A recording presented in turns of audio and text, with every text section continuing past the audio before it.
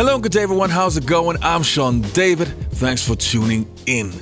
In today's episode, I want to talk about one of the most underrated guards from the 1980s and 1990s, a player that many consider to be the best Michael Jordan defender of all time. I'm talking about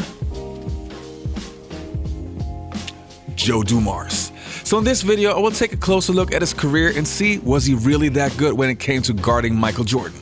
So enough said, let's start today's episode.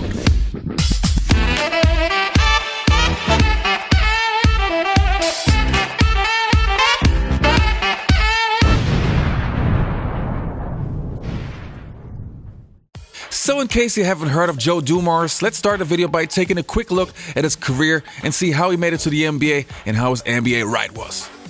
Joe Dumars was born on the 24th of March in 1963 in Louisiana. Joe's favorite sport was football before he finally turned to basketball as a teenager. He played college ball for McNeese State, a college that was not known for developing future NBA stars. This is also the reason why at the 1985 NBA draft, Joe was not on the mind of many NBA teams. At the end, he was drafted with the 18th pick overall by the Detroit Pistons, who thought that they would have a solid defender who could come off the bench.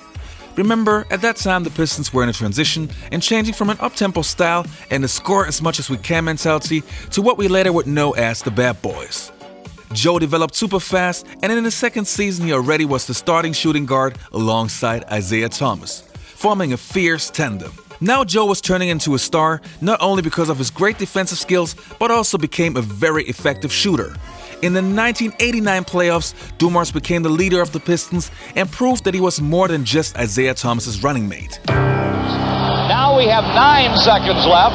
The Lakers have the basketball. They want timeout. The Pistons lead them by 3 in Game 3. You live for those moments. Listen, get in here.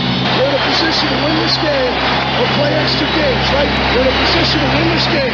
No 3-point shot. You know, it was like, here's my opportunity, and I have to seize it now. Cooper from midcourt. To Rivers. He'll try a triple left corner. Blocked by Dumars. He saved it. What a play by Joe. First of all, I screwed up on the play. I was supposed to stay right on top of David and not let him get the ball in bounds. I saw the ball coming into David, and I said, oh my God, I messed up. Fortunately, he took a couple of seconds trying to get set behind the three-point line, and that gave me just enough time just to lunge at him. At the end of his career, Joe Dumars was a 6-time NBA All-Star, a Finals MVP, a 2-time NBA champion, and rightfully made it to the Hall of Fame. But the one thing Joe Dumars is mostly remembered for is his battles with Michael Jordan. Now, before we get into detail how Joe Dumars guarded Michael Jordan, we also have to understand that the Detroit Pistons of that era also had a special way as a team to guard Michael Jordan. I'm obviously talking about the Jordan rules. Jordan has had his marvelous moments, but lately he has been stymied by the Detroit Pistons. They had figured out how to contain Michael Jordan. So what you had to do is you really had to look at the games. And the Jordan rules were pretty simple. And there was a couple versions of them. But one, Joe Dumars would guard Michael Jordan. And he would sometimes be doubled by Dennis Rodman. Or Joe Dumars would try to, funnel him left into John Sally or to James Edwards or whatever big guy was there. And the idea, the concept was to get Jordan to pass out or to take difficult shots. Jordan, good pick from Pippen on the pick and roll. And then a good defensive effort from James Edwards. Chased down by Rodman. Down low, Jordan coming around a screen, gets him into the paint, Lambeer to help out. And great Detroit defense. Michael Jordan.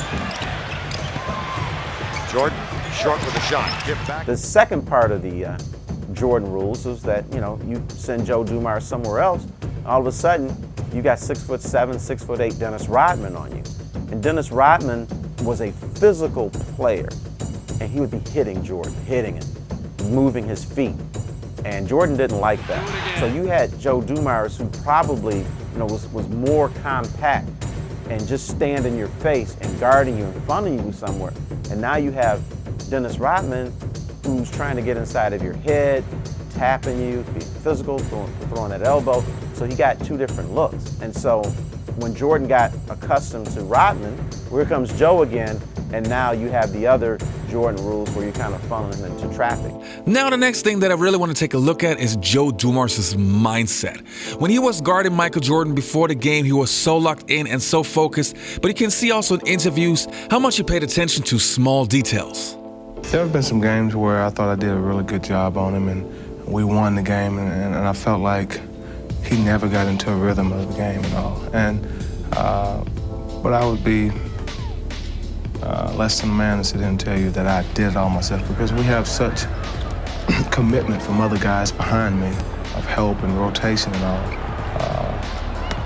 Doing a fine job only means that everybody else was rotating and helping out. Our Dunham's player of the game, Joe Dumars, played Michael Jordan very well and shot 9 for 14 himself, 19 points, 5 assists. Joe Dumars. Joe, big challenge, and you were up to it. Congratulations. It's always a big challenge playing Michael. If you can't get up for playing against him, you don't need to be in this league. What did you think, Joe, when Michael started out and went 7 or 8 in a row?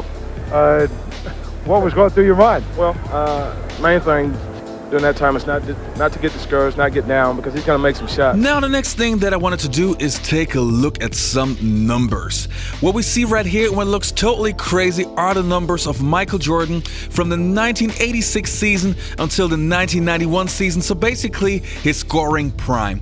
As you can see, in the 1986 season, Jordan was a different player, a little bit more selfish, not really trusting his teammates, obviously taking a lot of shots and scoring 37 points per game, which decreased over the next years, but not because Jordan couldn't score anymore. He trusted his teammates, shared the ball, and to me in general became a better basketball player. I wanted to show you guys these numbers so we don't forget what a scoring beast Michael Jordan was, especially from the 1986 until 1991 season. And if we take a closer look on the shooting percentage, except for the 1987 season, Michael Jordan always shot way above 50%.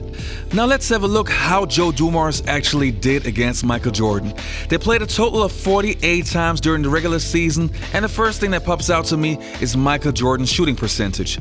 As we have seen before, Jordan was always averaging over 50% by far, and as we can see, it dropped to 47 when he played against Joe Dumars and the Detroit Pistons. If we take a closer look to his points per game, 31, it sounds very much at first, but we have to remember they played most of their battles in the late 1980s, and that was at a time where Jordan was putting up crazy numbers. Now it's crazy to say, but 31 is not that bad, especially when Jordan had a lower shooting percentage than usual. It was obvious that the Detroit Pistons had a very good team defense, but also Joe Dumars was a big major part why Michael Jordan had such a hard time. The difference with Joe Dumars was he made Jordan work for his shots. It was not only the great defense once Jordan had the ball, but Joe was always trying to limit Jordan's touches.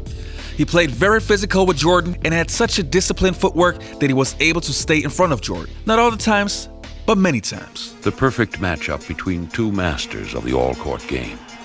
A confrontation primed to explode. You can be loose and you can have fun while you're here, and it's great being here. But when it's time to step on the floor, it's all business, and it's not fun and games anymore. It's a war.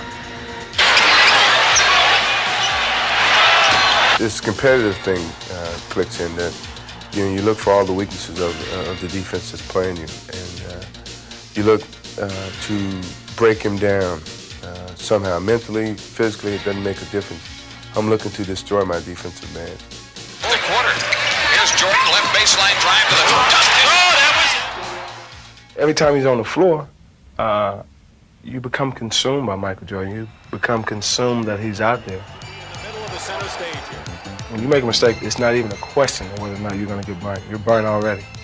Michael against Dumars on the drive in the lane. In deep, shoots off the glass, banks it in. 95% of the plays are for Michael Jordan, and the other 5% end up in his hand anyway. Obviously, Joe Dumars ended his NBA career almost 25 years ago. But even until today, it's very interesting to see how he sees his rivalry with Michael Jordan and how he felt about Michael Jordan at that time. If you're a great defender, you don't really worry about what their point total is at the end of the night. If he got 35 and he was 11 for 30, I had a good night defensively. You know what I'm saying? Yeah. But if he was 16 for 19 from the field, I got torched. So I always look at field goal percentage versus field goals made. to determine, did I play good defense tonight or not? Because a guy can have 40, man, but if he shot 38 times and he's 11 for 38, you did a good job. Oh, yeah. Jordan would dunk, and he would dunk it so hard, and sometimes I would look at you and be like, you all right? You know, but you would just still be like locked in. I vowed to myself, no matter how spectacular he was, I was never gonna show any emotion. Yeah. Zero. I'm not dapping you up with my, my God, no. None of that. So I'm gonna stay right here. Now, was Joe Dumars the best Michael Jordan defender? I would say yes. Next to Gary Payton, Joe Dumars was definitely the best when it came to slow Michael Jordan down. Nobody could stop Michael Jordan, but at least contain him. And even MJ said it himself, Joe was the best. All right, you guys, I hope you enjoyed this episode. Please do me a favor, if you haven't done it so far, please hit that subscribe button. And also check out my Patreon account. I'm always very appreciative of everybody who supports the show. And I would say I'll see you next time. Peace. I'm out.